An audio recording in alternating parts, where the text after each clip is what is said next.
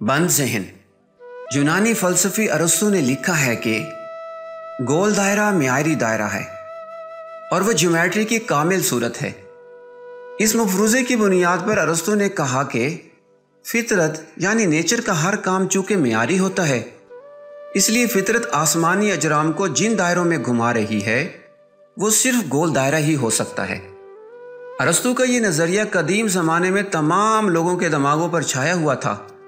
कदीम ज़माना में हायत के जो निज़ाम बनाए गए, मसलन बतलीमूस का निज़ाम, कोपरनिकस का निज़ाम, टाइको ब्राहे का निज़ाम, सब में ये फ़र्ज़ किया गया था कि आसमानी अजराम यानी निज़ाम शमसी के सियारे सब के सब खला के अंदर गोल दायरों में घूमते हैं।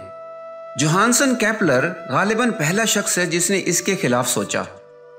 उसने हिसाब लगाकर सन 1609 में बताया कि मुरीख की गर्दश सूरज के गिर्द गोल दायरे में नहीं है, बल्कि वो बैज़वी मैदार यानी एलिप्टिकल ऑर्बिट में घूमता है।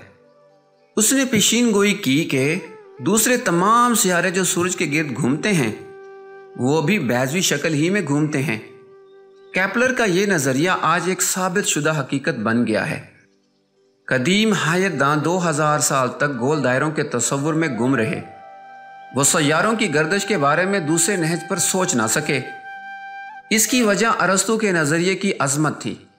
इस नज़रिया को उन्होंने बिला बहस एक मुसलमा हकीकत मान लिया।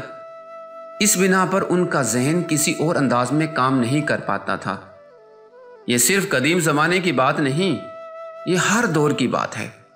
हर ज़माने में ऐसा होता है कि बाज़ ख़यालात आदमी के दिमाग पर इतना ज़्यादा छा जाते हैं कि उनसे निकलकर आज़ादाना तौर पर सोचना आदमी के लिए नामुमकिन हो जाता है।